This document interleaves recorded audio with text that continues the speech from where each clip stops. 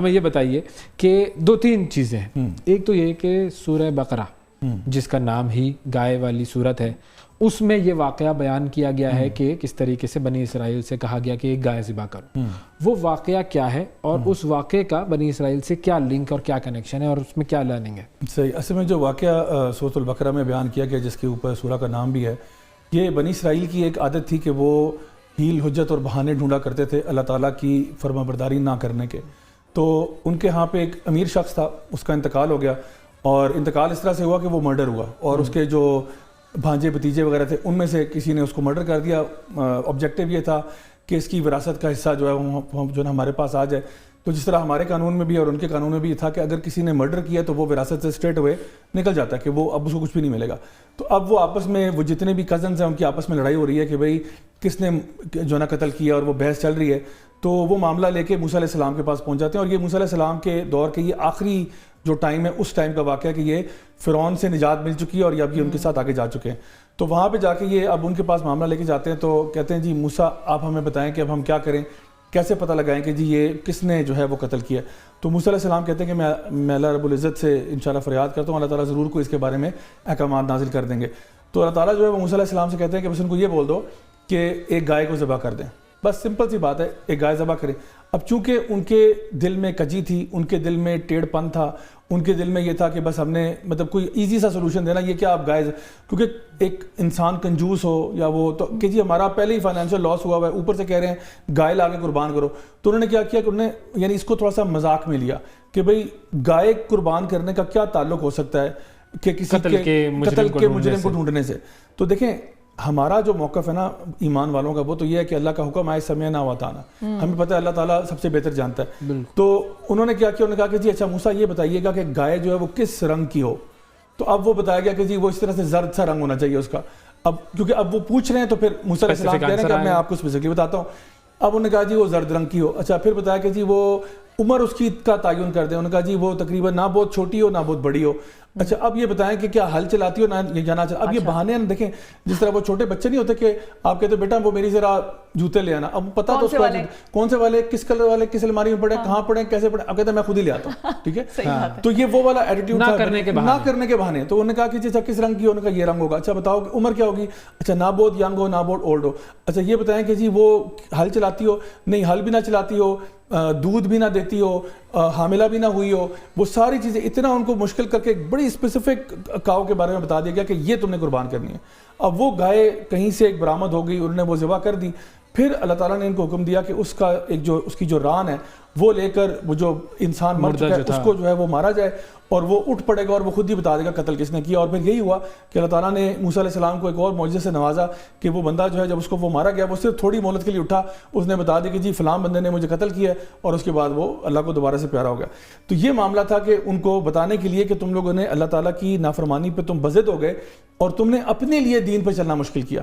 یعنی کہ دین میں سوال کر کے انہوں نے اپنے لیے بہت مشکل پیدا کر لی کہ اب یہ جانور کہاں سے ڈھونڈا جائے. اچھا اب اس واقعے میں تو یہ ہے کہ یہ بنی اسرائیل والے گائے ذبح کرنا نہیں چاہ رہے تھے. اب جو گائے اسرائیل پہنچائی گئی ہیں ٹیکسس سے لے کر یہاں وہ کرنا چاہ رہے ہیں.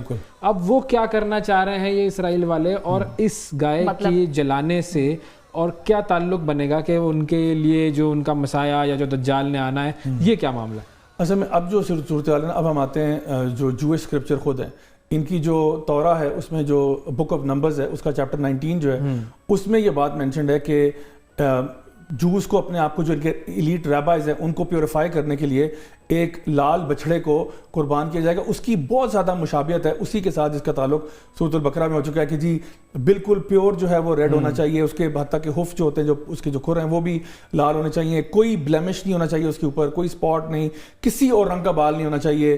اور وہی بات کہ عمر میں 3 سال سے اوپر ہونا چاہیے، بہت بڑی عمر نہیں، 3 سال کم از کم، اور بہت جو ہے نا بڑی عمر بھی نہ ہو، ہل نہ چلایا ہو، دودھ نہ دیا ہو، حاملہ نہ ہوئی ہو، وغیرہ وغیرہ. یہ ساری باتیں ان کی تھیں. تو انہوں نے اور اس کو پھر کیا کرنا ہے، اس کو ذبح کرنا ہے ایک خاص alter per, Mount of olive جو ہے نا، اولیوز میں اس کو جو ہے نا وہاں پہ جا کے اس کو جو ہے نا ذبح کرنا ہے.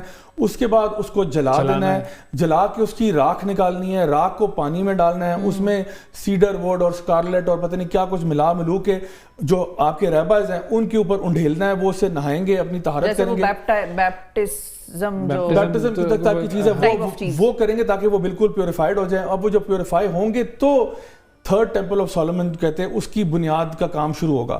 اچھا، یہ جو ٹیمپل آف سولومن کہتے ہیں یہ بیسکلی سیدنا سلیمان کا جو یعنی بیسکلی مسجد الاقصیٰ کا جو کمپاؤنڈ ہے اس کے اندر مسجد الاقصیٰ کی جگہ پر ہی یہ چاہتے ہیں کہ جو تھرڈ ٹیمپل فارم ہو، کیونکہ پہلی دفعہ 2 بن کے گر چکا ہے. تو اب ان کا پلان یہ ہے کہ نعوذ باللہ یہ مسجد الاقصیٰ کو شہید کرنے کا ان کا پلان ہے. اور آپ نے دیکھا ہوگا ہر سال رمضان میں یہ مسجد الاقصیٰ میں ان پرووکڈ گھس جاتے تھے. اور یہ ان کے کچھ سیٹلرز بھی تھے، کچھ ان کے آئی ڈی ایف کے سولجرز بھی تھے، اندر جا کے بغیر کسی وجہ کے فائر کھول دیتے تھے، ٹیئر گیس مارتے تھے، لوگوں کو تنگ کرتے تھے.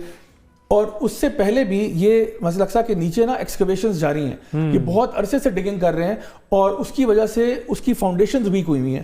تو اب یہ اس رائٹ ٹائم کا ویٹ کر رہے ہیں، کیونکہ جب ان کے رابع سے پوچھا جاتا ہے وہ کہتے ہیں جن لوگوں نے پہلے انویٹ کیا تھا وہ پیور نہیں تھے اور نہ ان کی ڈیسٹنی تھی، نہ ان کی قسمت تھی کہ وہ یہ کام کرتے. یہ کام ہوگا تو انہی ریبائز کے ہاتھوں ہوگا جو پیوریفائڈ ہوں گے اس پورے ریچول کے بعد. چلو اگر ہم سپوز یہ کریں کہ یہ چلو جی اب اس سال انہوں نے یہ کر دیا اور اللہ نہ کرے لیکن جو پریکٹیکل سچویشن نظر آ رہی ہے ہم تو ماشاءاللہ کچھ کر نہیں سکتے، تو یہ انہوں نے کر دیا. اب وہ کرنے کے بعد ہمارا جو دین ہے وہ کیا کہتا ہے کہ جب وہاں پر یہ معاملہ ہوگا تو وہ قیامت کے آثار اور کس طریقے سے دجال کی آمد سے کنیکٹڈ ہے؟ صحیح. اچھا، ہمارا دین اس معاملے میں خاموش ہے.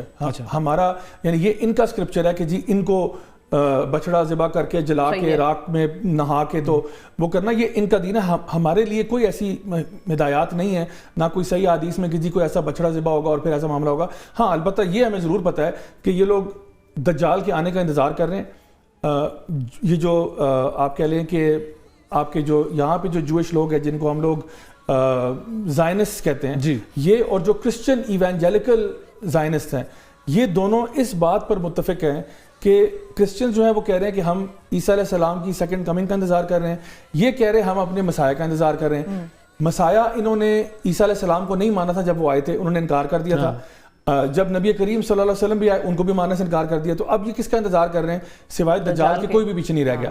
تو ابھی یہ بیسکلی دجال کے آنے سے پہلے ایک راہ ہموار کر رہے ہیں کہ جب تک، کیونکہ پروفیسیز ہیں ان کی کچھ پریڈکشنز ہیں، وہ یہ کہتے ہیں کہ جب تک یہ تھرڈ ٹیمپل نہیں بنے گا تب تک دجال آ نہیں سکتا. یعنی ہمارا جو مسیح ہے وہ تب تک نہیں ہے کہ جب تک تھرڈ ٹیمپل ہمارے کنٹرول میں نہیں ہوتا.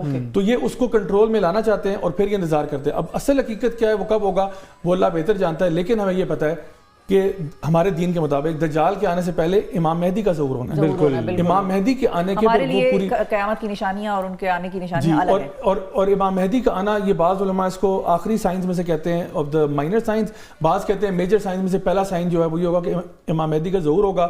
اس کے بعد پھر جو ہے وہ دجال کا آنا ہوگا، پھر عیسیٰ علیہ السلام آئیں گے، پھر یاجوج ماجوج آئیں گے اور وہ پورا سلسلہ جو ہے وہ ہمارے سامنے پیش ہوگا.